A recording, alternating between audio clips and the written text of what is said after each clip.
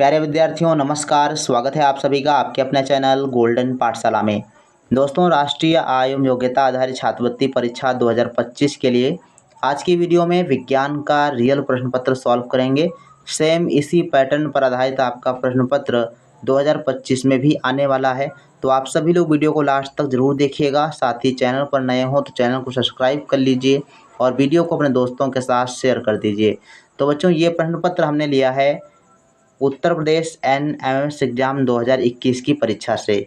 Same इसी तरीके से आपका प्रश्न पत्र आएगा, तो आप इसको ज़रूर पूरा देखें और जो भी प्रश्न आपको नहीं आता है उसको आप कॉपी पर नोट करके याद करने का प्रयास कीजिए। आज की वीडियो में विज्ञान के प्रश्नों को सॉल्व करेंगे। तो आइए देखते हैं। सबसे पहला प्रश्न जो होगा वो 91 नंबर प्रश्न से शुरू होगा। तो बच्चों, प्रश्न संख्या 91 के लिए आप सभी लोग सही आंसर कमेंट सेक्शन में लिखिए। क्वेश्चन है, पास्कल मात्रक है, भार का, दाब का मात्रक है, क्षेत्रफल का मात्रक है या घनत्व का मात्रक है। तो पास्कल बच्चों होता है दाब का एसआई मात्रक, तो इसका राइट आंसर हो जाएगा ऑप्शन नंबर सेकंड। तो आप सभी लोग जब तक हम ऑप्शंस पढ़ते हैं तब तक आप क्वेश्चन को गेस कर लिया करें, ताकि आपको जानकारी हो जाएगी कि कितने क्वेश्चन आपके टोटल में से सही हुए हैं। तो इसके बाद बच्चों क्वेश्चन नंबर 92 है, पानी का घनत्व अधिकतम एवं आयतन न्यूनतम होता है 0 डिग्री सेंटीग्रेड पर, 4 डिग्री सेंटीग्रेड पर, 40 डिग्री सेंटीग्रेड पर या फिर फोर्थ ऑप्शन है 100 डिग्री सेंटीग्रेड पर। तो पानी का घनत्व अधिकतम और आयतन न्यूनतम होता है 4 डिग्री सेंटीग्रेड पर। तो राइट आंसर हो जाएगा ऑप्शन नंबर सेकंड। जिन बच्चों ने दूसरा ऑप्शन सही किया है उनका बिल्कुल राइट आंसर है। 93 नंबर क्वेश्चन है, श्वेत प्रकाश का कांच के प्रिज्म से गुजरने के पश्चात 7 रंगों में विभक्त होने की घटना कहलाती है। अपवर्तन, परावर्तन, विक्षेपण या विवर्तन। तो इसका बच्चों राइट आंसर है ऑप्शन नंबर 3, विक्षेपण, या इसको वर्ण विक्षेपण भी कहा जाता है। तो ध्यान रखेंगे, इम्पोर्टेंट प्रश्न है, आपकी परीक्षा में ये प्रश्न आ सकता है। नेक्स्ट क्वेश्चन की बात करते हैं। 94 नंबर क्वेश्चन है, मानव नेत्र में सर्वाधिक स्पष्ट प्रतिबिंब बनता है कॉर्निया पर, पुतली पर, अंध बिंदु पर या पीत बिंदु पर। तो मानव नेत्र में सर्वाधिक स्पष्ट प्रतिबिंब बनता है पीत बिंदु पर। ऑप्शन नंबर 4 इसका बिल्कुल सही जवाब हो जाएगा। 95 नंबर प्रश्न है, निम्नलिखित में क्या सरल सूक्ष्मदर्शी में प्रयोग होता है?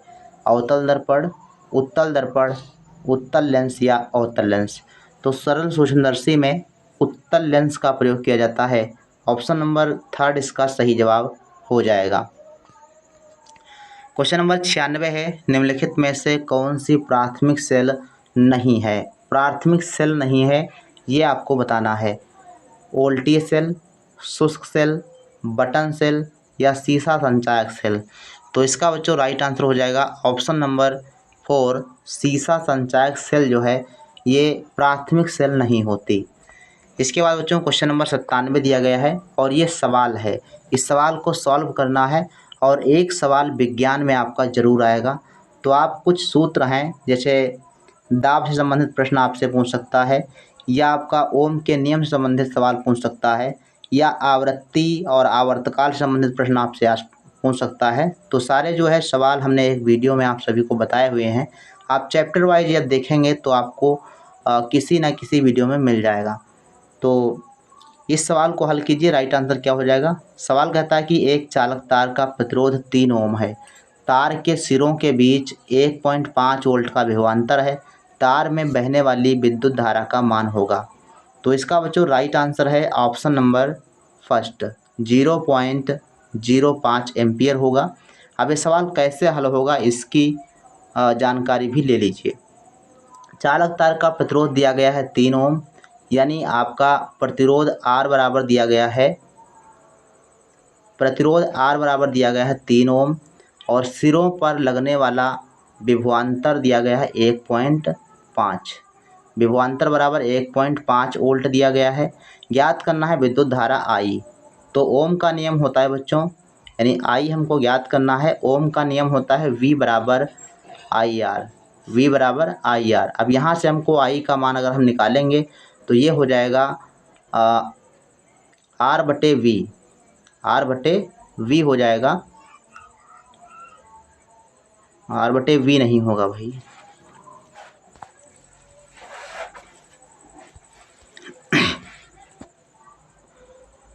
तो यहाँ से अगर हम I का मान निकालते हैं तो I बराबर आपका हो जाएगा V/R, V/R हो जाएगा।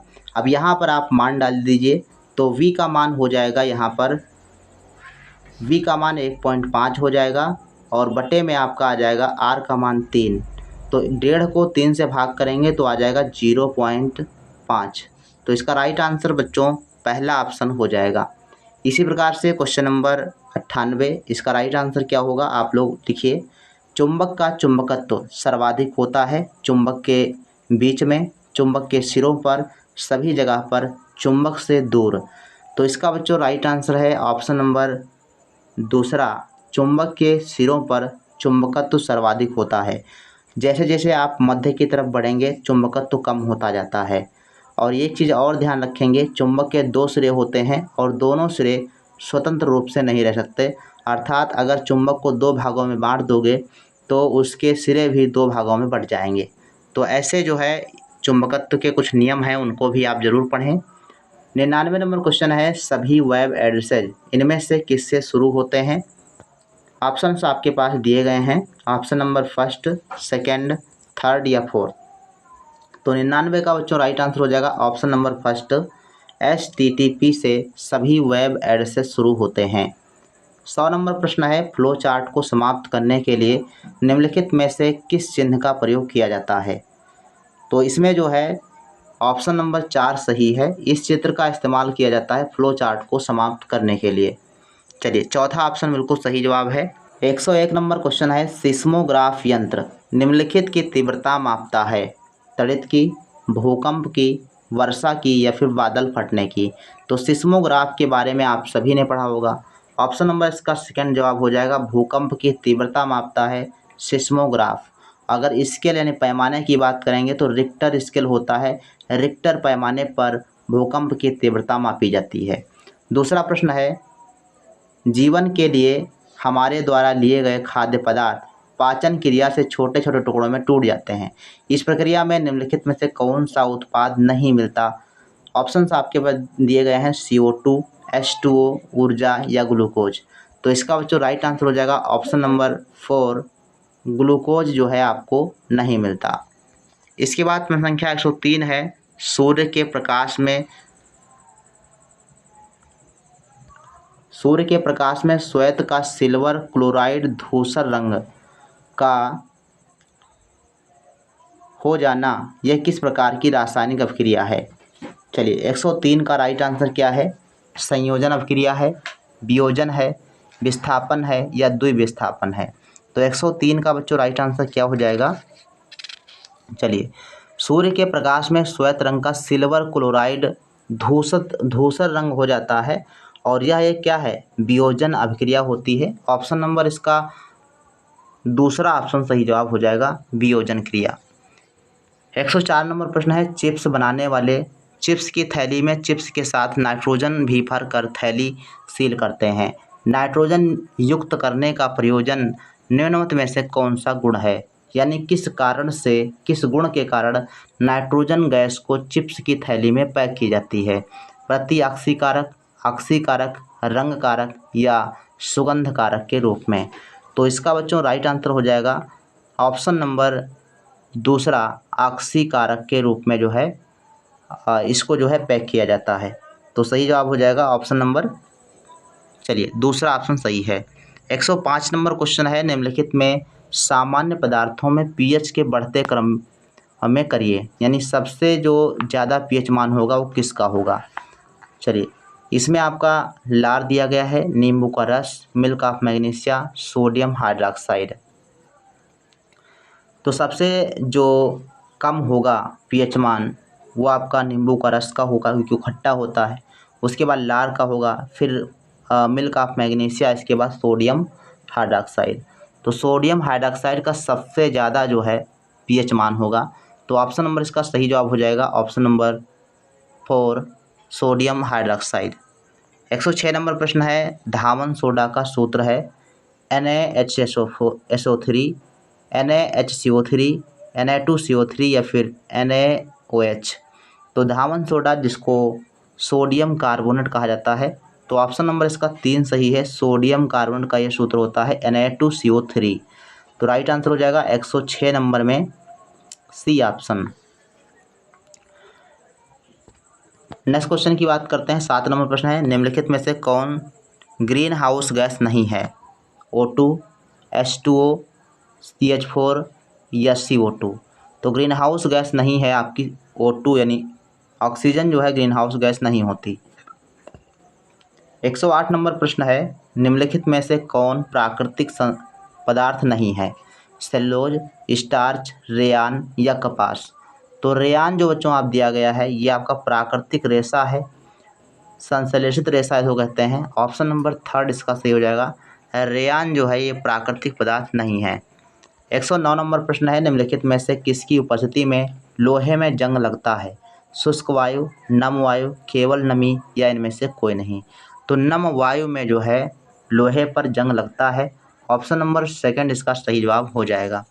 110 नंबर बच्चों प्रश्न दिया गया है कि सबसे कम प्रदूषण उत्पन्न करने वाला ईंधन है? लकड़ी, हाइड्रोजन, मीथेन या ब्यूटेन। तो 110 का राइट आंसर हो जाएगा ऑप्शन नंबर 2, सबसे कम प्रदूषण उत्पन्न करने वाला हाइड्रोजन है। ऑप्शन नंबर 2 इसका सही जवाब हो जाएगा। चलिए इसके बाद बच्चों क्वेश्चन नंबर 111 दिया गया है, यौगिक MSO4 का होल ट्वाइज में धातु M की संयोजकता है? 1, 3, 2 या 4। चलिए 11 नंबर का राइट आंसर कौन सा हो जाएगा?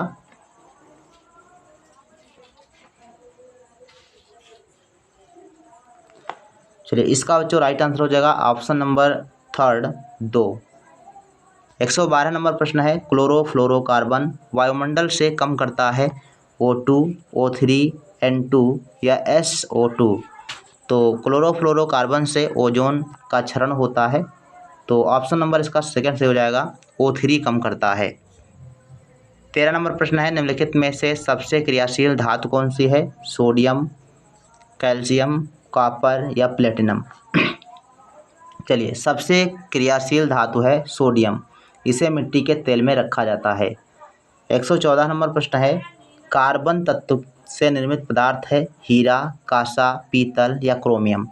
तो हीरा का अपरूप होता है, हीरा जो है कार्बन का अपरूप होता है और ये क्रिस्टलीय अपरूप होता है। ऑप्शन नंबर 1 सही जवाब हो जाएगा। और हीरा के अलावा ग्रेफाइट और फ्लोरीन ये कार्बन के क्रिस्टलीय अपरूप होते हैं और इनसे प्रश्न आपके बनते हैं। 115 नंबर प्रश्न है, निम्नलिखित में से किस वैज्ञानिक ने कोशिका की खोज किया था? Robert Hooke, Robert brown, JC Watson या मुलर। तो कोशिका की खोज की थी रॉबर्ट हुक ने 1665 ईस्वी में। तो ऑप्शन नंबर इसका 1 सही जवाब हो जाएगा, रॉबर्ट हुक। 116 नंबर प्रश्न है, पौधों में जल का अवशोषण किस अंग द्वारा होता है? तना, पत्ती, पुष्प या जड़। तो पौधों में जल का अवशोषण होता है जड़ द्वारा। ऑप्शन नंबर 4 इसका सही जवाब हो जाएगा। 17 नंबर प्रश्न है, मनुष्य के हृदय में कितने कक्ष पाए जाते हैं? 2, 3, 4 या 5। तो राइट आंसर इसका है ऑप्शन नंबर 3, 4 कक्ष होते हैं, 2 निलय और 2 अलिंद। 18 नंबर प्रश्न कहता है कि श्वेत रुधिर कणिकाओं का प्रमुख कार्य क्या होता है? ऑक्सीजन का संवहन करना, खाद्य पदार्थ का संवहन करना, रक्त का थक्का बनाना या रोगों से शरीर की रक्षा करना। तो श्वेत रुधिर कणिकाओं का कार्य होता है रोगों की शरीर की जो है रक्षा करना रोगों से। तो ऑप्शन नंबर 4 इसका सही जवाब हो जाएगा। इसके अलावा रक्त का थक्का बनाना ये प्लेटलेट्स का कार्य होता है और खाद्य पदार्थों का संवहन करना और ऑक्सीजन का संवहन करना ये लाल रक्त कणिकाएँ करती हैं। इसके बाद क्वेश्चन नंबर 19 है, किस पौधे में वर्धी प्रजनन पत्तियों द्वारा होता है? आम, अमरूद, अजूबा या फिर गुलाब। तो वर्धी प्रजनन जो होता है ये बच्चों अजूबा की पत्तियों में होता है। ऑप्शन नंबर 3 इसका सही जवाब है। ऐसे प्रश्न आपसे पूछा जा सकता है कि कौन सा पौधा है जो पत्तियों से प्रजनन करता है, अर्थात प्रजनन पत्तियों द्वारा करता है। तो इसका बच्चों राइट आंसर है ऑप्शन नंबर 3 अजूबा। 120 नंबर प्रश्न है, निम्नलिखित में से कौन पौधे में नर जननांग हैं? बाह्यदल, दल, स्त्री केसर या पुंकेसर। तो पुंकेसर जो है ये पुष्प का नर जननांग होता है और स्त्री केसर जो होता है ये पौधे का स्त्री भाग होता है, मादा भाग होता है। क्वेश्चन नंबर 21 है, निम्नलिखित में से कौन उभयचर जंतु है? मेढक, मछली, कुत्ता या बिल्ली। तो कौन सा उभयचर जंतु है? तो ये बच्चों हो जाएगा ऑप्शन नंबर पहला। मेढक जो है ये उभयचर जंतु है, अर्थात ये स्थल पर भी रह लेता है और जल में भी रह लेता है। जल में जब रहता है तो अपनी त्वचा के द्वारा सांस लेता है और जब ऊपर आता है, स्थल पर होता है, तो फेफड़े द्वारा सांस लेता है। इसके बाद क्वेश्चन नंबर 22 पर चलते हैं। तो प्रश्न कहता है कि निम्नलिखित में से कौन पौधा कीटभक्षी है? गुलाब, ड्रोसेरा, आम या डहेलिया। तो जो ड्रोसेरा है ये आपका कीटभक्षी पौधा है। कीटभक्षी पौधे ऐसे स्थानों पर पाए जाते हैं जहाँ पर नाइट्रोजन की कमी होती है और उसी नाइट्रोजन की कमी को पूरा करने के लिए ये कीटों का भक्षण करते हैं। ड्रोसेरा हो गया, वीनस फ्लाई हो गया, ये सभी जो है कीटभक्षी पौधे होते हैं, ध्यान रखिएगा। 123 नंबर प्रश्न है, लार में कौन सा एंजाइम पाया जाता है? पेप्सिन, रेनिन, ट्रिप्सिन या टाइलिन। तो लार में बच्चों टाइलिन एंजाइम पाया जाता है, ऑप्शन नंबर 4 इसका सही जवाब है और ये कार्बोहाइड्रेट का पाचन करने में सहायता करता है। 124 नंबर प्रश्न है, प्रकाश संश्लेषण में कौन सी गैस निकलती है? जब प्रकाश संश्लेषण होती है तो ऑक्सीजन गैस जो है मुक्त होती है और ऑप्शन नंबर इसका फर्स्ट सही जवाब हो जाएगा। और प्रकाश संश्लेषण के दौरान जो पौधे होते हैं वो कार्बन डाइऑक्साइड का इस्तेमाल करते हैं, प्रयोग करते हैं और मुक्त कौन सी होती है? तो ऑक्सीजन गैस मुक्त होती है। 125 नंबर प्रश्न बच्चों दिया गया है, निम्नलिखित में से कौन एक कोशिकीय जीव है? केचुआ, मेढक, जोंक या अमीबा। तो अमीबा जो है ये एक कोशिकीय जीव है, ऑप्शन नंबर 4 इसका सही जवाब हो जाएगा। इसके अलावा हम केचुआ की बात करें तो केचुआ और जोंक ये द्विलिंगीय जंतु होते हैं और मेढक जो है ये आपका उभयचर जंतु होता है। ठीक, तो विशेष जो जंतु हैं उनके बारे में आपको पढ़ना जरूरी है। तो आज की वीडियो में बच्चों ये रहे 35 प्रश्न जो विज्ञान से संबंधित थे और ये 2021 का असली पेपर था और इसी प्रकार से आपका 2025 में जो 10 नवंबर को पेपर होने जा रहा है इसका जो है इसी पैटर्न पर आधारित प्रश्न पत्र आएगा। तो आप लोग इसको ज़रूर तैयार करें, यहाँ से आपके 3-4 प्रश्न सेम टू सेम आ सकते हैं। वीडियो को दोस्तों के साथ सभी ग्रुपों में शेयर कर दीजिए। मिलते हैं फिर नेक्स्ट वीडियो में, तब तक के लिए धन्यवाद। जय हिंद, वंदे मातरम।